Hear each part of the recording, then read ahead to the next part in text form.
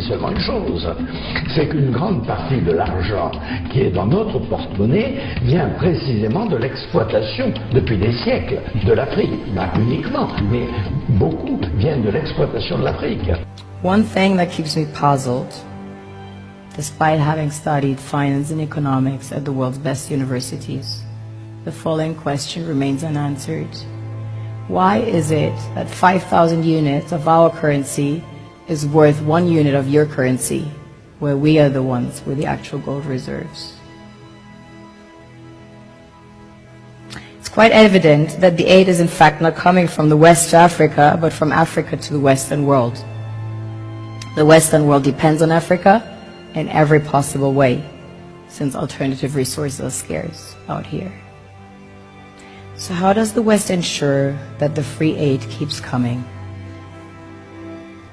By systematically destabilizing the wealthiest African nations and their systems, and all that backed by huge PR campaigns, leaving the entire world under the impression that Africa is poor and dying and merely surviving on the mercy of the West. Well done, Oxfam, UNICEF, Red Cross, Life Aid, and all the other organizations that continuously run multi-million-dollar advertisement campaigns depicting charity porn to sustain that image of Africa globally. Ad campaigns paid for by innocent people under the impression to help with their donations. While one hand gives under the flashing lights of cameras, the other takes in the shadows. We all know the dollar is worthless, while the euro is merely charged with German intellect and technology, and maybe some Italian pasta.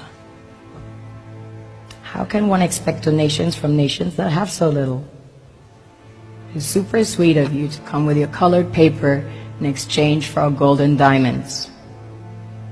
But instead, you should come empty-handed, filled with integrity and honor. We want to share with you our wealth and invite you to share with us. The perception is that a healthy and striving Africa would not disperse its resources as freely and cheaply, which is logical. Of course, it would instead sell its resources at world market prices, which in turn would destabilize and weaken Western economies, established on the post-colonial free meal system.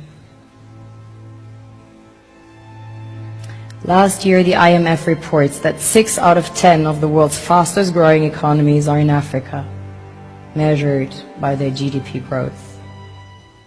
The French Treasury, for example, is receiving about $500 billion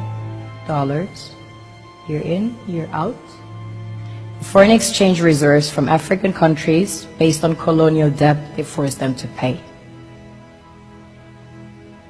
This is what happens in the human world, the world we have created.